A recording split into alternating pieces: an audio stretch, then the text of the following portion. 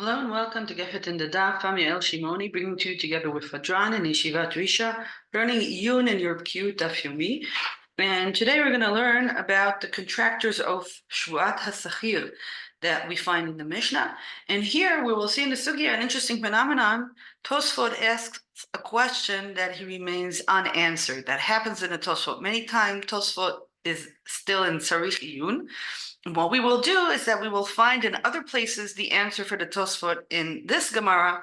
In another sugya, there'll be an answer of Tosafot, and also other answers in other Rishonim. But you will see that Tosafot's question is really very strong in the sugya. So, Be'ezrat Hashem, a short iyun on the contractor's oath. Let's begin. We're starting in the Mishnah. The Mishnah says, if we have a contract on the balabait, I want you to come and do work in my house. Let's say I want you to come and paint my house. Or let's do something else, something that cannot be seen. I want you to come and clean my house. Okay, I want you as a cleaner. So we do a contract and you have to come and work for me. And then at the end of the workday, I will have to pay you. Now, what happens if there's a dispute between me and you about whether or not I paid you? So first the Mishnah says there is a lav, lo talin, that I, as the person who is asking you to do work, I have to pay you. But when do I have to pay you? Only after you asked for the money. So that's the beginning of the Mishnah. אחד שכר אדם, אחד שכר בהמה, אחד שכר כלים. יש בו משום ביומו תיתן שכרו, ויש בו משום לא תלין פעולת שכיר איתך הבוקר. מתי? בזמן שתבעו. לא תבעו אינו עובר עליו. So if I say that you have to clean it, that I'm offering you a job to clean my house, you say yes, you clean my house, and then only if you ask for the money, then if I don't give you the money, I'll be over on Bal Talin, and I won't be doing the aseh of Beyomo Titen Scharo. Okay, so that's the beginning of the sugya, stating that it's very important that you ask for your money. Continues the Mishnah and says, Sachir bezmano nishba venoten. Aval zmano eno nishba venoten. Okay, what's this? Let's say we have a dispute. You're saying, Yael, you didn't pay me. Pay me, please. And I'm saying, what? But I did pay you. I paid you immediately. We have a dispute. What do we do in such a dispute? Says the Mishnah, you can be nishba, you can make an oath that indeed I did not pay you, and then you will take the money from me. Nishba venote. The Gemara asks about this shvuah. This is not one of the shvuot of the Raisa. This is the shvuah de Rabbanan. And the Gemara asks, where did this shvuah come from? I mean, it doesn't really make sense. Why do you have such power over me? Why do we choose to believe your oath and giving you this power of an oath against me? The question, why did the Mishnah do this takana? Says the Gemara in Kuf Yud Bet Amud Bet, Sachir bezmano nishba venotel, Sachir emay takinu lei Rabbanan lemishtabea v'shakid. How come the Chachamim of the Mishnah do this takana? Why did they say that you have this power to make an oath and take your money? Rav Yehuda says it's a halacha gdola, and continues the Gemara and says it's not halacha, it's a takana gdola. And then a third saying of Rav Nachman, it's not a halacha, it's not a takana gdola, it's a takana kevua. This is a takana kevua. What does it mean, a takana kevua? Continues the Gemara and says, shvua de baal habayit hi, ועקרוה רבנן לשבועה דבעל הבית ושדיוע השכיר משום כדי חייב לשכיר. Says the Gemara, this is a takana kvu'ah. I, as the person who gave you the work, I was the one who was supposed to do a shavua. What did Chachamim do? They took the shavua from me, they tore it away from me, and then they threw it on you. Why? Because you need the parnasa. So let's look at Rashi here. Rashi says something very interesting. Why do I have a shvuah? We don't see that shvuah in the Torah. Where is it written in the Torah that I have the original? Shvuah says Rashi, takanot kvuot, ra'ui la'asotan keva, la'akor aleim davar min haTorah. Says Rashi, the wording takanot kvuot that Rav Nachman says means that here Chachamim use their power to tear away la'akor davar min haTorah. What did they tear away? דמדאורייתא, מי שיש עליו לשלם הוא נשבע. דכתיב, ולקח בעליו ולא ישלם. והכה שקלו על השבועה מבעל הבית בשדיוע השכיר. Says Rashi, in the Torah it is written that I was the one who was supposed to do the shavua. Where is it written? From the pasuk, velakach be'alav velo yeshalem. I'm sure you feel that here Rashi calls for a question. How from this pasuk you can learn that there's a shavua on me? This is another topic in the sugya that I'm not getting into. Did I really have a shavua from the Deraisa? What does Rashi mean? Let's leave that aside, but just remain with Rashi. That's what's happening here, that the Shvuah in some sense was on my side, and then it was torn from me and put upon you. And this is another point to be learning in Iyun, when you get to learn Biyun the Sugya. But we're continuing to the continuation of the Sugya and the Kushya of the Tosafot. The Gemara asks, how come Chachamim took away the Shvuah from me and put it on you? The Gemara said it's because you need the money. It's because you need the money for your life. So answer the Gemara, good question. True, you need the money, but why would that give you power to take money from me? If you need money for your living, you can just come and take money that I don't owe you. Why should I be mafsid because of your living? Go and work somewhere else. Says the Gemara, בעל הבית גופי ניחא לידי משתבע שכיר ושקיל, כי איך דליתגו לפועלים. The Gemara says, since Yael is interested to have somebody clean our house, I want you to feel comfortable that if we have a dispute, you will be able to win because I have the interest for you to come to work for me. So that's why it's in my interest to give you this power. Says the Gemara, שכיר גופי ניחא לידי משתבע בעל הבית ויפקע, כי איך דליגו. The Gemara says, but that's funny because if you're working for me in cleaning, you have the interest also. So why is it my interest and not yours? We're exactly the same. Why take away the power from me and give it to you? Says the Gemara, Ba'al Bayit al Kochei Aga. Yael has to have her house clean. I don't know why I can't clean it myself, but that's what the Gemara says. I have to have help. I can't do everything on my own. Since Ba'al Kochei, it's not an interest for me because I have to do it. So that's why it's in my interest that you'll be there for me. Answers the Gemara, Sachir Nami, you also need the work. It's also not because you want, it's because you have to. So again, we're exactly the same. Finishes the Gemara, very, very, very important statement for the continuation of our learning. The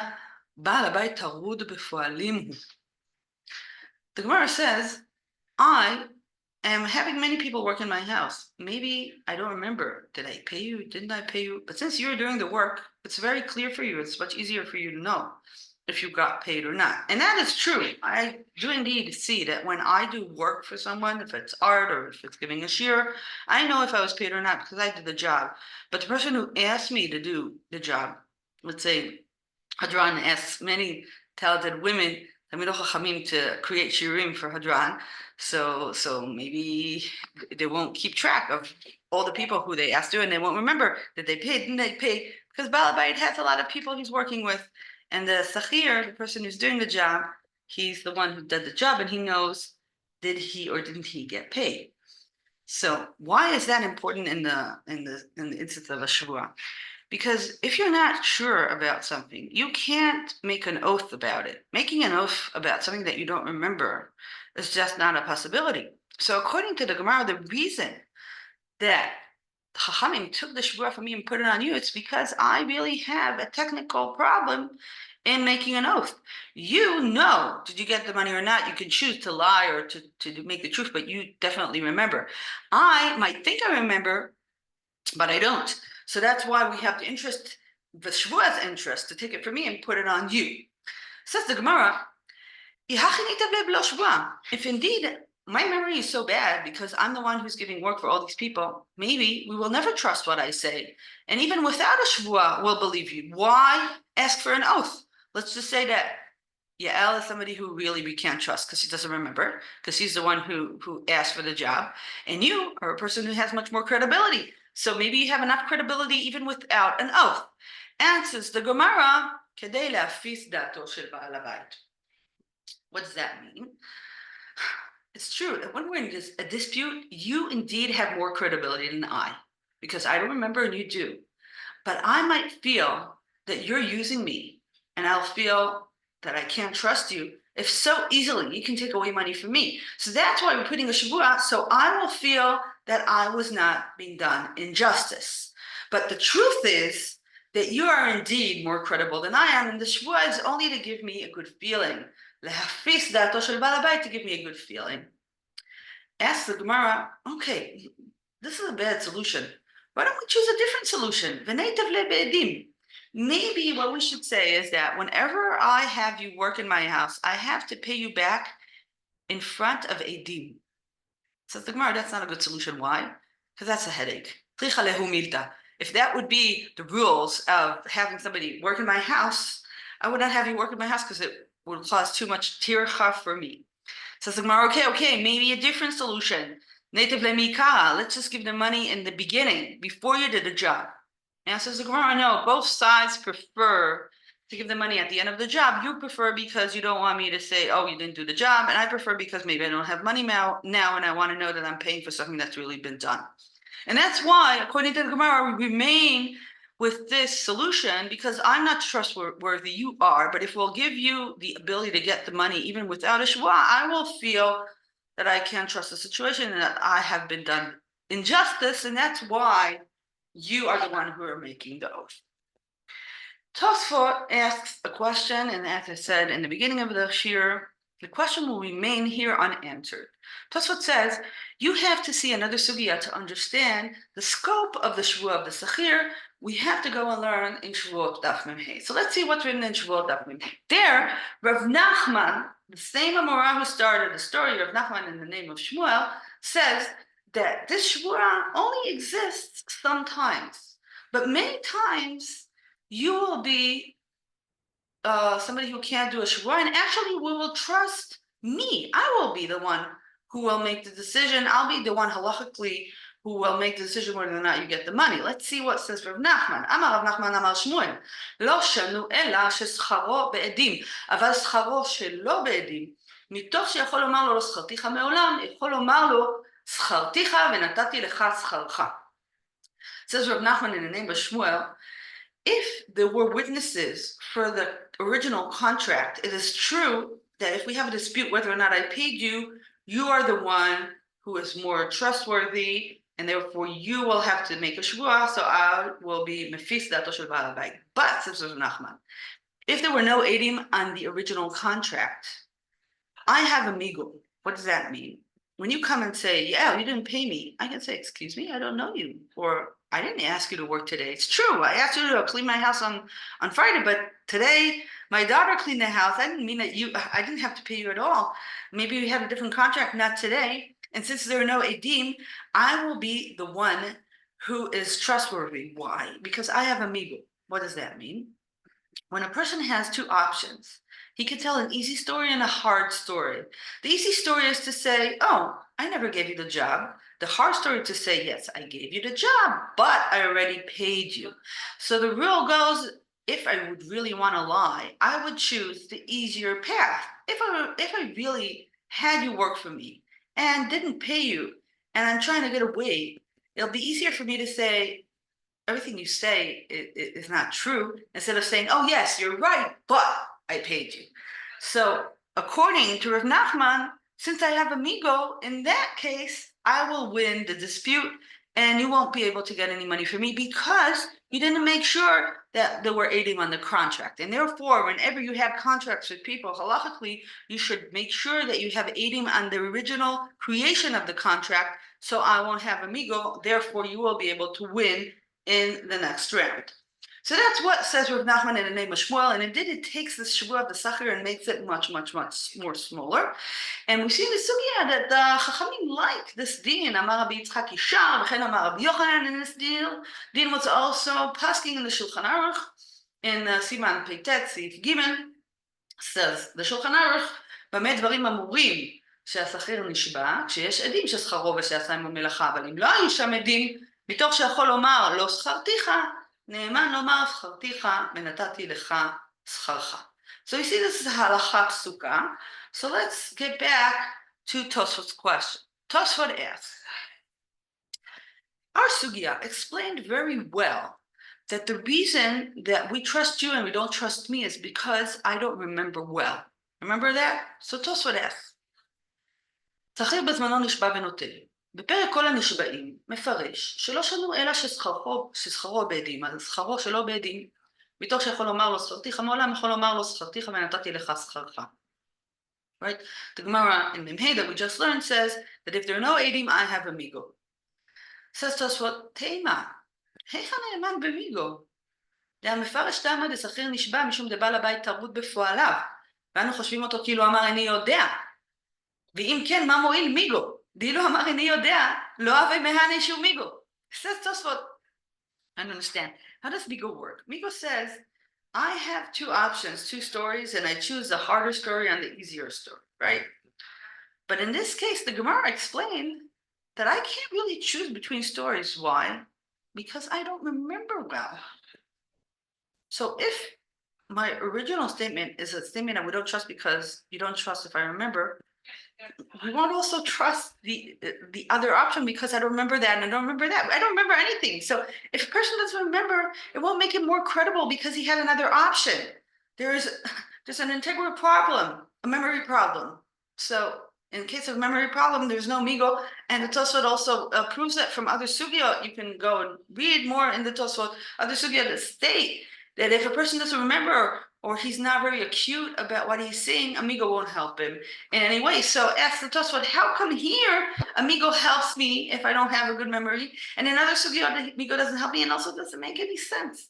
And the Tosafot remains unanswered because this is a very, very good kushya. How can we have amigo if we just explain so well that the reason that I don't have the Schwartz is because I'm tarud b'poalim and I don't have a good memory for what actually happened. So, as we said, a loss of memory destroys the migo. How come we have a migo here? Tosafot in Shvuot offers an answer which is very weird.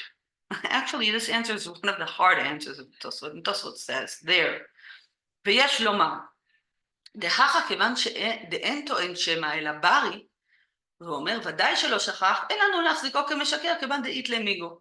אבל כשאין למיגו אינו נאמן.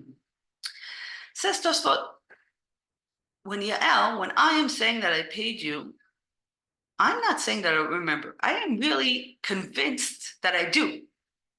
So Tosafot says, if the person is convinced that he's saying the truth, we will hold him a truth sayer if he has a migo. Only when he doesn't have a migo, we won't trust him. Why? This is very hard. And it's so hard that other Rishonim asks on the Tosafot, we also don't understand what kind of migo you have here, because these two stories, the story to say, I never gave you the job, for saying that I never gave you the job, I have to have real guts for that. Because you come and say, yeah, you gave me a job and you didn't pay me. And I'm saying, no, you're a total liar. I never gave you the job. In order to say that you are a total liar, I really need to have guts to stand in front of you, have te'uzah and say you're a liar. But to say, oh, indeed, I did give you the job, I didn't pay you, that doesn't call for a lot of te'uzah. And that's another reason why this migo is not good, say the other Rishonim. First of all, Tosafot is right, you don't remember well. And second of all, let's say you do remember well, like what the Tosafot said, still you have a problem that this migo is what's called migo de'azah, that there's a very good reason for you to choose the story that you chose to tell. It's easier because you don't have to have such guts to call you a total liar. So there are two problems in this migo. One is that I don't really remember. Let's say Tosafot somehow solve that problem, but then we have another problem of migo de'azah. There's a reason why I didn't say the other story. It's because it's harder to say that you're a liar. So I'm just adding something that we might have spoke about before. There's a very big machloket regarding migo, whether or not migo is a way to say that a person is really saying the truth. Is it a way to do a berur, a way to check that he's saying the truth? And that's why we really have to have the backstory a real option for me to say, and it can't be a story that I need extra guts to say. Or maybe we think that even if there's any other story that I could say, that in itself is enough to give me power in this dispute. it seems that the Tosafot is not bothered by the question of the fact that this migo is migo de'aza, and therefore it seems that this Tosafot thinks that migo is only a way to give me extra power in the deen, what we call koach ha'ta'ana, and not a real way to find out if I'm saying the truth. That is also hard in the Tosafot because we saw him saying other things elsewhere, and that's why the Tosafot asked a good question, gave a problematic answer. There's another question to ask on the answer that the Tosafot answered. This is really, really hard. So I want to move to the Ritva, and the Ritva at the end of his commentary gives a different answer that we can use to be a different interpretation to what Tosafot meant in saying. Says the Ritva at the end, ויותר נראים דברי רבנו חי ז"ל. דהכה, כיוון דכולה משום תקנתא דסחיר הוא, כל הכה דאיכא מיגו כל דהו עוקמינא רבנן דין תורה.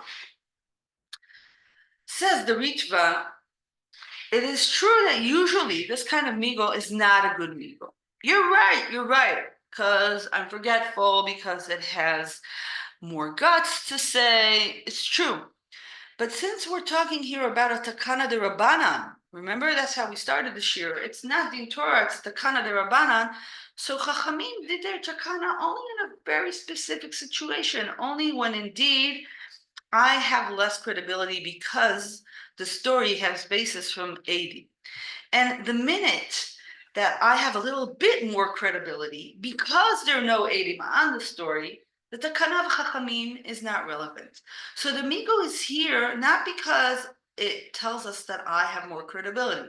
It's here to tell me that this is not the situation where Chachamim did their takana. As we saw, the takana of Chachamim is built upon the fact that I really have less credibility, and that loss of credibility is only when the story itself has a backup from other 80s. So that's the answer of Rav Hai.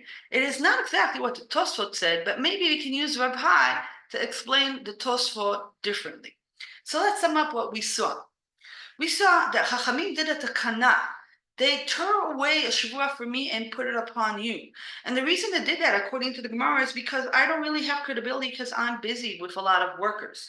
But what we see is that there's a sugya in Daf Mem Hey that says that I lose that credibility only if there's backup for the original story, and therefore I have migo, and you cannot do a shavua against me because I have credibility. It was very hard to explain how did I resume my credibility if we just explained that I have a bad memory. That was Tosafot's question. He was left in a kushia on our daf. Elsewhere, he says, it doesn't matter, this migo still works, and left it unclear. So how do we explain that? We said it maybe it's because this migo is really a migo that is not there to prove credibility. It's there only to say that I have more strength in what I'm saying. Again, it's a hard explanation in this migo. And therefore, we looked at the Ritva and we found Rav Hai, who explains it differently and says, because this is a Shavua de Rabbanan, it's a takana, and it was only created in a sense when I have a loss of credibility because the original story is backed up by 80. This is not a classic migo. It is not really adding credibility to me. It's just creating where did Chachamim do this takana. So what did we see today? I think what we saw today is that sometimes questions are better than answers. And if we would have more time, we would read the sugya in Daf Mem Hey and do more iyun there and see maybe other answers that derive from this very, very, very good question that the Tosafot asks. Indeed, Rav Hai finished by telling us, Yael, if there's a takana, it was only created in a very specific situation, and any loss of anything in that situation will destroy the takana. I think that is something that we can definitely understand, but still, Tosafot's question still resonates in our minds, and here we have a Tosafot that remains in a tzarich iyun. So I hope you enjoyed our learning today, the chavaya of finding a Tosafot that remains in a kushia, and B'ezrat Hashem, we'll continue learning also next week. Take care. Have a good summer.